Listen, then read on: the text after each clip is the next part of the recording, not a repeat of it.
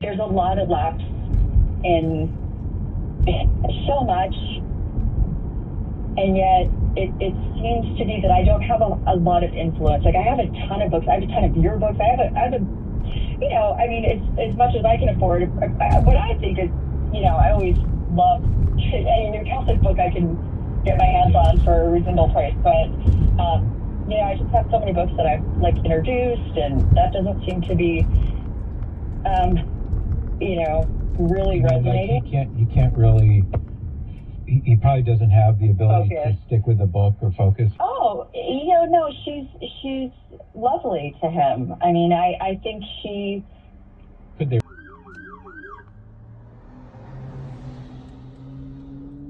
There were delays getting vaccines to that site. Politico did some reporting earlier in the campaign cycle talking about how there had been some tug-of-war about getting vaccines to a site at Citi Field and then delays opening a site at Yankee Stadium.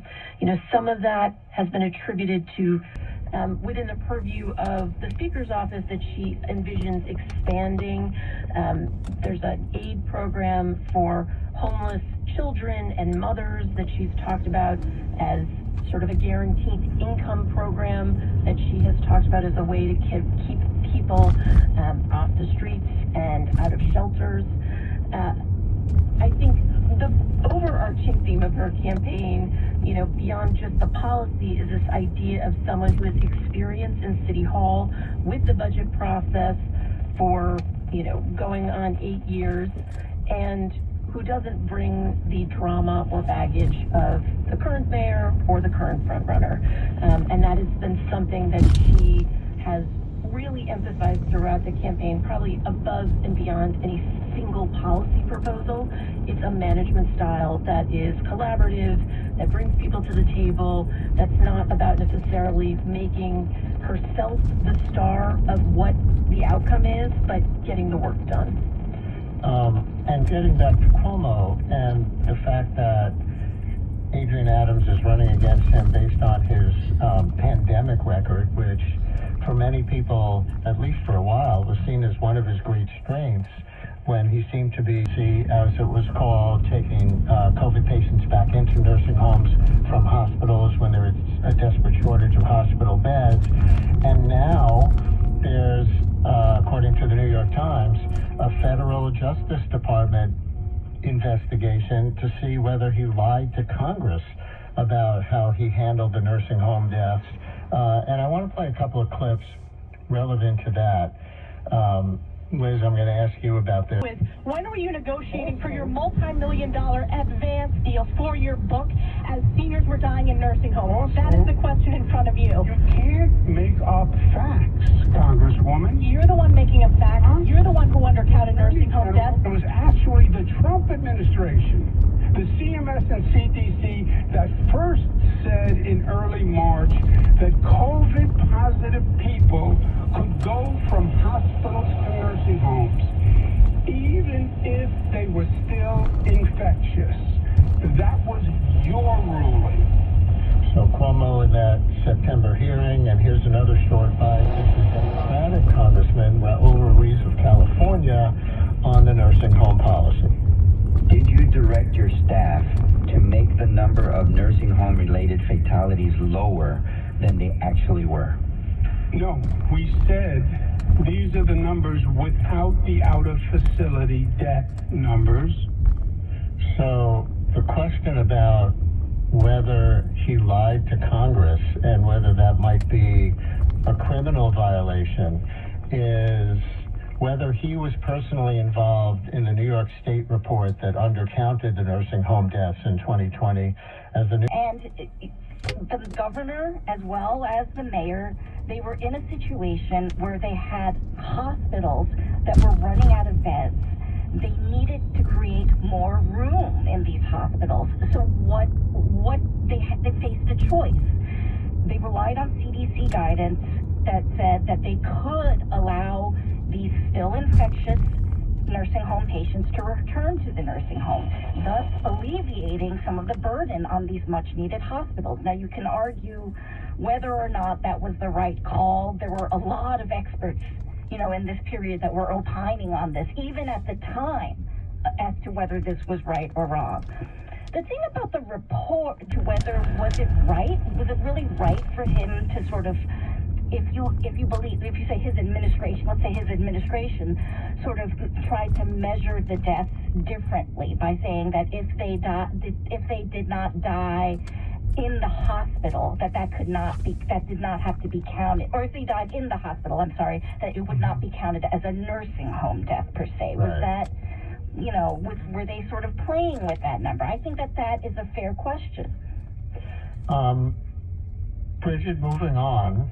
One point on that, Brian. Yeah, I mean, please. I will say that, despite the fact that this feels like this moment where potential investigation into what they call lawfare, politicization of the Justice Department, and it in some ways was about showing that Cuomo was going to be tough enough to stand up in the face of this kind of attack. So, they saw it, I think, as an opportunity for their campaign, if nothing else, and $20 an hour minimum wage in New York City by 2027. Any quick thought on how that positions him ideologically compared to other Democratic contenders? Certainly, Zohran Mamdani is running centrally, for anyone who's seen his flyers and his commercials on taming the cost of living in New York City. Well, I think it's very interesting that he's the only one to do it. Mamdani has come out with something more aggressive. He wants to get to a $30 minimum wage by 2030. I will also say that State Senator Jessica Ramos has a bill in place to get New York City to over $21 by 2027. But I think this will make a splash. $20 by January 2027. And he can't do it unilaterally. He does need the governor to sign this. But he can put pressure, as Bill de Blasio did. Ballot in the mail. And this is not somebody who's been following politics really closely. And they opened the absentee ballot and they looked at the list of, I think it's 11 candidates for mayor on the Democratic primary ballot. Yep. And they said, I don't know any of these people except Cuomo and Brad Lander and Scott Stringer. They said, what do I do? Well, I see the Working Families Party, for those who want to vote on the progressive end of that list, is expected to rank its endorsements soon. You covered the recent teletown hall. Do you think we should expect a number one ranking only, a number 1 through 5 ranking? What do you think the Working Families Party, for people who care about that endorsement, is going to come down with? We have 30 seconds. Well, I will say Liz has been very close to the Working Families Party coverage, so I'm going to let Liz take this, but I will say, Brian, your friend is among about 63,000 New Yorkers who have already received their absentee ballots, so the voting is happening now. So, yeah, party, but, based on his polling and the strength of his donations, his supporters are going to bring a very strong case that progressives should unite around him as the candidate who can defeat Andrew Cuomo. On the mayoral politics beat, WNYC's Bridget Bergen and Liz Kim. Talk to you next Wednesday. You at least, Liz. Maybe Bridget, you'll join again, and maybe before next Wednesday, depending on what breaks. Thanks, both. Thank you. Thanks, Brian. Brian Lara on WNYC. Time now for the latest news with Michael Hill. Hi, Michael. What's happening? Hi, Brian. A federal judge in Manhattan is blocking the Trump administration from retaliating against New York over its congestion pricing program. WNYC Stephen Nesson reports. One of President Trump's campaign promises was to eliminate the $9 daily toll. In February, the federal DOT tried to revoke its approval for the program, and they've since threatened to cut some funding for New York if the MTA didn't comply. Judge Louis Lyman says the Fed can't withhold any money, at least for now, and he's giving them until June 9th to submit evidence that congestion pricing is illegal. Here's MTA Chair Jana Lieber speaking after the hearing. The idea that the federal government's going to step in and tell New York City how to deal with its traffic problem, that seems a little crazy. A spokesperson for the federal DOT says the agency will comply with the judge's request and says the tolls are unfair for working-class drivers. New York State lawmakers want to prevent deportation flights from the state's airports. WNYC's Jimmy Vielkind has more. Democrats in the state legislature say airports should shun airline. Made court. In a typical 2-minute episode, a comedian grills a pair of feuding roommates to determine who's in the wrong and determine what, if anything, they can do to make amends. Producer Adam Faye says young people consume TikTok like TV at this point. Because there's these hours every single day that young people are consuming these platforms, it's like a huge opportunity to say, hey, like, what would it look like to go make an original show that maybe 20 years ago would have been a comedy central show on theater instead. A new episode dropped yesterday. We have more about the comedian starring in the show at our news site, Gothamist. Because of the forecast for rain, the Mets-White Sox game has been moved from a night start to 1:10 this afternoon, with gates opening at 12:10. 65 and cloudy now. Chance of rain, mid-afternoon rain on into the evening. Mid-60s for high temperatures. The temperature's going to fall in the evening, too, to below 60 with a calm wind today. Then tomorrow, morning rush hour rain likely, cloudy and low 70s. We have shower and rain chances all the way through Saturday evening. Once again, 65 and cloudy. Michael Hill, WNYC News.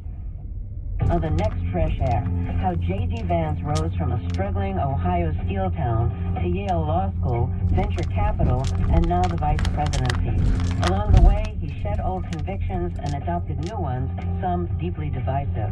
We'll speak with George Packer about his Atlantic Magazine article on Vance's transformation and what it reveals about the future of American politics. Join us. Weekdays at 2 on WNYC. WNYC receives support from Pomfret School, a private high school in northeastern Connecticut, now enrolling boarding and day students. More at pomfret.org. New Jersey Symphony presenting a pair of Russian legends featuring Rachmaninoff Piano Concerto No. 2 and Shostakovich's Symphony No. 5, June 5th through 8th in 4 New Jersey venues. Musk says with tests like this, success comes from what's in final rights because he was not Catholic. And we did a provisional baptism just because we couldn't find anything. The bishop approved it, and that was one of the keys. I'm happy for you. That's really great, and I'm sure that your father is grateful. And what does the Bible say? My husband. Oh, forgive me. I'm sorry. You mentioned that your husband. That's okay.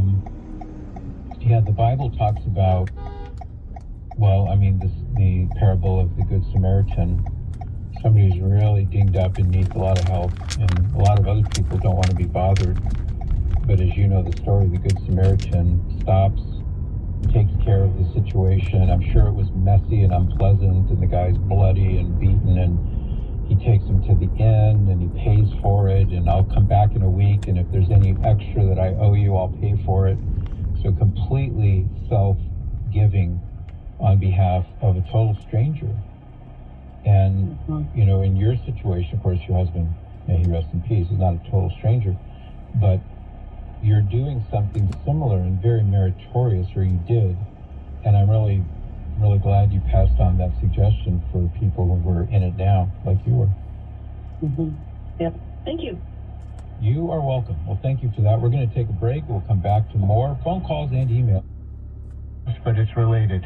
And the reports of individual horrors in Gaza, like the bombing that killed 9 children in the same family, according to multiple reports that Israel says it's investigating. We have Syria, of all places, suddenly being open to warmer relations with Israel, but Canada, France, and the UK, relatively allied with Israel for many years, threatening sanctions over the war in Gaza. And just today, former Israeli Prime Minister Ehud Olmert was on Morning Edition accusing his own country's government of war crimes. He wrote an op-ed to that effect in an Israeli newspaper. He cited 2 main reasons for the war crimes accusation. One, the failure to address the food crisis, and here is his second one. The other is the expansion of the war has no purpose, no military achievable purpose. And this is the opinion of not just me, but of hundreds of former commanders of the Israeli army on all ranks, including the chief of staffs and the commanders of the Mossad and the Secret Service and so on. All of us are absolutely certain that there is not any achievable purpose that is worth continuing and expanding this operation. Now, while these operations are not going to save the hostages, are not going to achieve any important national interest, and hundreds of people are killed on a daily basis who are not involved, this is a crime. That was former Israeli Prime Minister Ehud Olmert with Steve Inskeep on Morning Edition today. With us now is Jerry Shee, the Jerusalem bureau chief for the Washington Post, covering Israel, the Palestinian territories, and the greater Middle East. Jerry, thanks for coming on. Welcome to WNYC. Thank you so much, Brian. It's great to be here. Can I start with the Olmert op-ed? Is this making big news in Israel, or is it just another day in the nation's fractured political debate? I would say absolutely. I mean, this is a country that, was taken completely by surprise on October 7th.